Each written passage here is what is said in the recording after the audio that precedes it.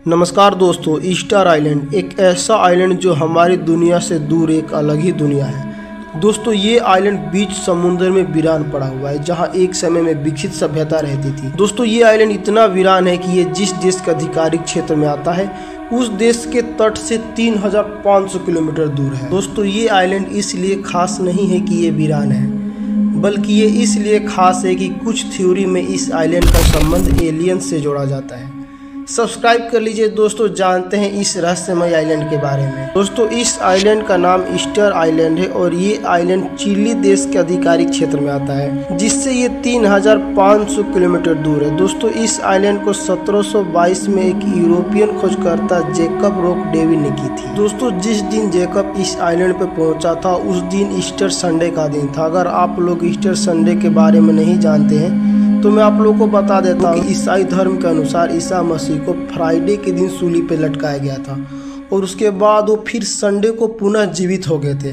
तो दोस्तों इस खुशी में ईस्टर संडे सेलिब्रेट किया जाता है, तो इसलिए इस आइलैंड का नाम ईस्टर संडे रख दिया गया। दोस्तों एक दिन जैकब किसी खोज में भटक गया था और तब उससे ये आइलैंड बीच समुद्र में दिखाई दिया, और जब वो इस आइलैंड के करीब पहुंचा तो डर गया। उससे दूर से उस आइलैंड पे कुछ लोग खड़े दिखे और जब थोड़ा और करीब पहुंचा तो पता चला कि ये तो मूर्तियां हैं जिनका आकार बहुत बड़ा है। दोस्तों जैकब जब उस आइलैंड पे पहुंचा तब उसे पता चला कि यहाँ ऐसी एक दो मूर्तियां नहीं बल्कि अनेक मूर्तियां हैं। दोस्तों इस आइलैंड पर अब तक 900 के करीब मूर्तियों को खोजा गया है और अभी भी खोज जारी है। दोस्तों खोजकर्ताओं के अनुसार इन मूर्तियों को माई कहा जाता है, जिसे रापा नुई के कबीले के लोगों ने 1250 के करीब ईस्वी में बनाया था। दोस्तों इन मूर्तियों में एक दो खास बात नहीं बल्कि अनेक है। दोस्तों अगर इसके आकार की बात करें और वजन की तो दोस्तों आप तुलना कर सकते हैं 15 से 20 हाथियों के बराबर वजन में। अगर आप इसका एक्यूरेट वजन जानना चाहते हैं तो आप जान जाइए कि 100 से 300 टन तक के आसपास इसका वजन होगा इनमें एक मूर्तियों का। दोस्तों ये मूर्तियां इसी आइलैंड के ज्वालामुखी के पत्थरों से बनाया गया है और ये पत्थर इतने कठोर है कि इन पे हथौड़ों के चोट से किसी भी प्रकार का कोई बदलाव नहीं होता है। और आज के आधुनिक हथियार के मदद से 10-12 लोगों की टीम अगर इन पत्थरों को तराशने का काम करे तो लगभग 10 से 11 महीने का समय लगेगा। तो आखिर रापा नुई के कितने लोगों ने और किस तरह के हथियार का इस्तेमाल करके इन्हें बनाया होगा? इन्हें बना लेने के बाद जो उन्होंने काम किया वो और भी चौंकाने वाला था कि इन मूर्तियों को 163 किलोमीटर में फैले इस पूरे आइलैंड पर ले कैसे गए होंगे। तो दोस्तों ये चौंकाने वाला इसलिए है क्योंकि एक मूर्ति का वजन 70 से 100 टन है और इनमें जो सबसे बड़ी और वजनीय मूर्ति है वो 30 फीट और 250 से 300 टन की है। और दोस्तों जो आप ये मूर्तियां देख रहे हैं दोस्तों, इनका आधा हिस्सा अभी जमीन के नीचे है। ऐसा नहीं है कि इनका आधा अधूरा बनाया गया इनका आधा हिस्सा जमीन के नीचे। हाँ कुछ मूर्तियां हैं जिनको आधा अधूरा भी बनाया गया जो आप देख सकते हैं। दोस्तों इन मूर्तियों को किसने क्यों और कैसे बनाया इसके ऊपर बहुत सी थ्योरियां हैं, लेकिन कोई भी साबित नहीं कर पाई है कि इसका एग्जैक्टली ये वजह था।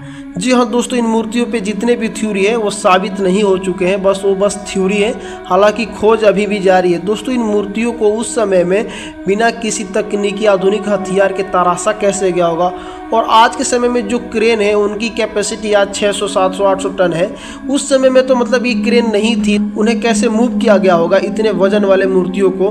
दोस्तों ये चौंकाने वाले रहस्य है। दोस्तों इसके ऊपर से अभी तक पर्दा हटा नहीं है, वैज्ञानिक इसके पीछे लगे हुए हैं आज भी। और दोस्तों जो खोजकर्ता इन सारी बातों को खारिज करते हैं वो ये बात कह देते हैं कि इन्हें दूसरे ग्रह के लोगों ने बनाया, यानी एलियन ने बनाया। तो क्या दोस्तों इन्हें सच में एलियन ने बनाया? और ये ऐसा इसलिए कहा जाता है क्योंकि उस समय ऐसे मूर्तियों को बनाना और इतने वजन को मूव करना इम्पॉसिबल है।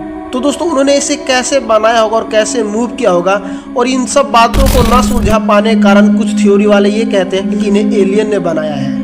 दोस्तों आप क्या सोचते हैं इस ईस्टर आइलैंड के बारे में और यहाँ की मूर्तियों के बारे में? अपनी राय कमेंट बॉक्स में जरूर दीजिएगा। क्या सच में कोई और सभ्यता थी जो हमसे ज़्यादा विकसित थी, या इससे किसी और ग्रह के लोगों ने बनाया है? दोस्तों अपनी राय कमेंट बॉक्स में जरूर दीजिएगा। मिलते हैं अगले वीडियो में, तब तक के लिए धन्यवाद।